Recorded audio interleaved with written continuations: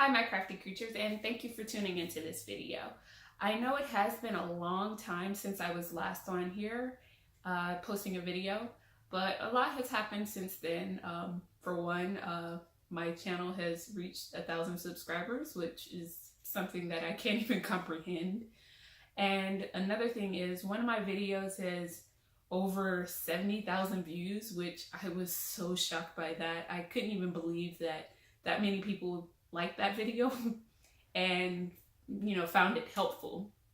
But I want to thank all of you guys for all of your support, and I also wanted to let you guys know that I actually have bought my first home and going through the process of redoing everything in there, and I wanted to show you at least one of the projects. There'll probably be more, but I wanted to show you one of the projects that I've been working on recently.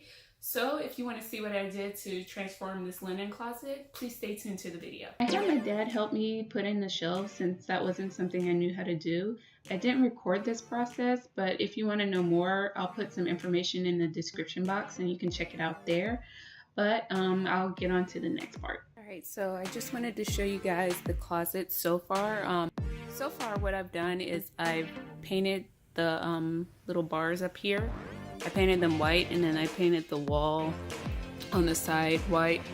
Unfortunately, the paint that I got was not quite enough, so it ended up not going as far as I wanted it to, but we're gonna make do.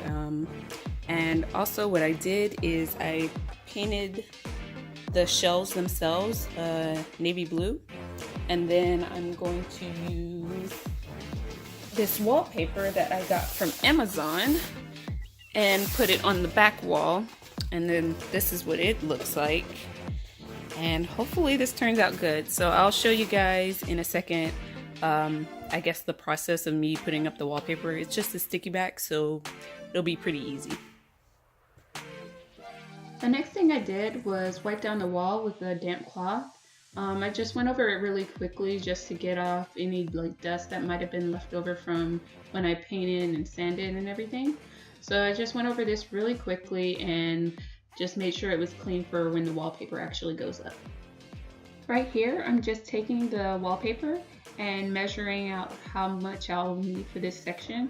And I'm just roughly doing that by pushing it up into the corner and then rolling it down to about where I need it to be. And I'm leaving a little bit extra on the lip so that when I go down to the next section, the pattern will actually kind of line up a little bit. And I found that that's kind of the best way for me to do that by myself. Here I'm just removing the backing paper to reveal the sticky part. And I'm just doing it partly so that I can place it into place and then slowly peel away the paper and then smooth it out as I go. Each one of these sections I'm just repeating the same process, but on this one, for whatever reason, I decided not to leave that extra little lip, and you'll kind of see there's like a slight difference in the way it looks. But I mean, if it doesn't really matter to you, then you don't have to do that extra little lip part. To me, it just makes it look a little more cohesive once you actually put the shelves in. Now that I have the left side all placed in, I'm just taking this ruler here and measuring how far down, and that's just so I can align the next piece of the wallpaper up with the one that's already there.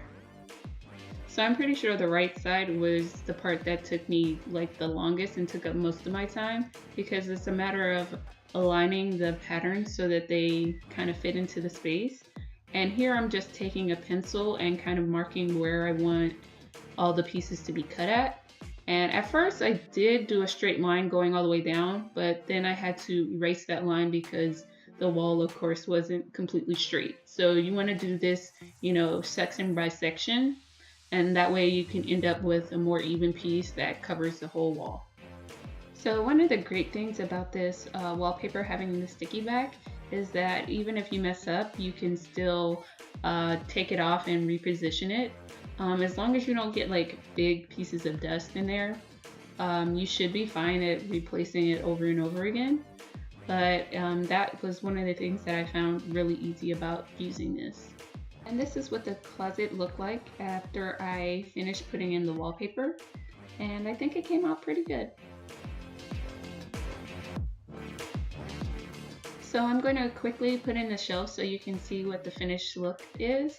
And I was really proud of the way this came out, and I hope you guys enjoyed this video and learned something, and maybe can take this and do something really cool in your closet.